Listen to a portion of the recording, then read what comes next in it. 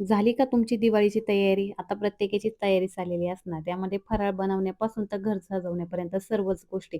इथे कोणीतरी मला आणला होता माझ्या आवडीचा खवा. आता ते पुढे जाऊन सांगते. पण जे आले होते खाऊ घेऊन त्यांना म्हटले नाश्ता करावा. तर इथे पोहे करण्यासाठी घेतला होता. 2 दिवस वेळ आला नाही. 2 दिवस गडबडीचेच चालले होते तर त्यासाठी. यावर्षी काही मी दिवाळीचा फराळ किंवा इतर कुठल्या गोष्टी करणार नाही. आता का नाही? तर ते प्रत्येकाला वेगळं समजून सांगायला नको, की मी ह्यावेळेस काहीच करणार नाही. तरी पण त्यातल्या त्यात घरातली छोटी-मोठी कामं, थोडीशी साफसफाई या गोष्टी चाललेल्याच आहेत. आणि त्याचबरोबर चाललेलं नेहमीचं माझं रुटीन. सकाळच्या नाश्त्याच्या टायमावरती काका आले होते. त्या दिवशी मी सांगितलं, की मावशीच्या इथं खूप साऱ्या म्हशी आणि गायी आहेत. तर त्यांना म्हटले, "कधी चीक असेल तर घेऊन या." आणि योगायोगाने आजच एका म्हशीला बाळ झालं. त्यामुळे ते चीक घेऊन आले होते. सकाळचा नाश्ता झाला आणि दुपारचं इथे हॉटेलवरती आले होते व्हिडिओ काढण्यासाठी.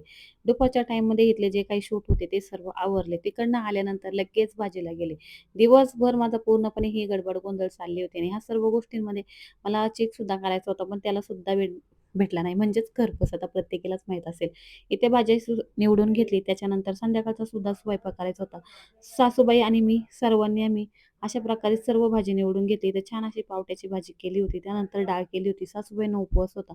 एक साइडला मिरचीचे भजी सुद्धा केले होते. असं आल्यानंतर सर्व काही संध्याकाळचं जेवण केलं. त्यानंतर जेवण झाल्यानंतर बाकीची घरातली जी काही कामं होती ती सर्व आवरून घेतली. आणि असं झालं की आई आली होती आणि आईसोबत मग आरवी गेली होती मागे लागून. आणि तिचा अचानक मला फोन आला, की मला घ्यायला ये म्हणून. मला काही करमत नाही. आरवी तेच करते. मागे तर लागून जाते, पण तिथं काही राहत नाही. तर इथं माझा तोच गोंधळ चालला होता पटापट आवरण्याचा आणि म्हटलं चला आरवीला घेऊन येऊ. तर असा माझा आजचा दिवस होता. कसा वाटला तर नक्की सांगा. आणि चॅनलवर नवीन असाल तर व्हिडिओला लाईक करा आणि सबस्क्राईब करायला विसरू नका. भेटूया नेक्स्ट व्हिडिओमध्ये. Bye bye. Happy Diwali. Bye.